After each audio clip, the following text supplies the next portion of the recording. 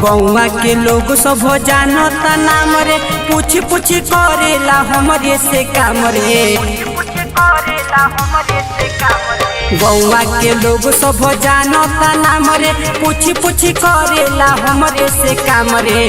होई चमरान खाती जानता जबाना रे, एफआईआर कले भले कुछ न करी थाना रे। एफआईआर कले भले कुछ न करी थाना रे। एफआईआर कले भले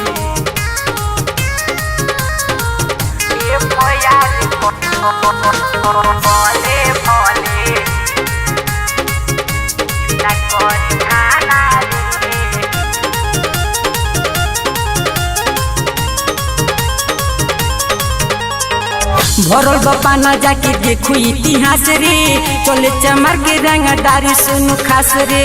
केहू से डरेला ना केहू से झुकेला, जिला जवारी जाने हो बादमास रे। भरल बापा न जाके देखू इतिहास रे, चले चमर के रंगदारी सुन खास रे। केहू से डरेला ना केहू से झुकेला, जिला जवार जाने हो बादमास रे। केहू ना उखाड़ी कुछो मोर दया जनाना रे। एफआईआर कले भले कुछ न करी थाना रे। एफआईआर कले भले कुछ न करी थाना रे। एफआईआर कले भले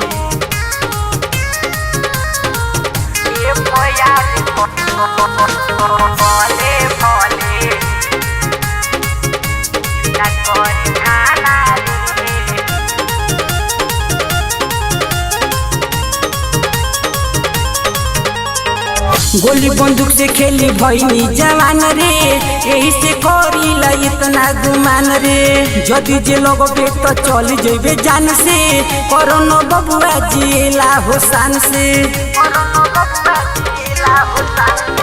गोली बंदूक से खेली भईनी जवान रे, यही से करीला इतना गुमान रे। जदि जे लोग बेट तो चल जेबे जान से, करोनो बबुआ जिला होसान से।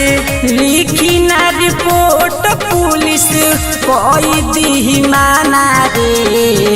एफआईआर कले भले कुछ न करी थाना रे। एफआईआर कले भले कुछ न करी थाना रे। एफआईआर कले भले।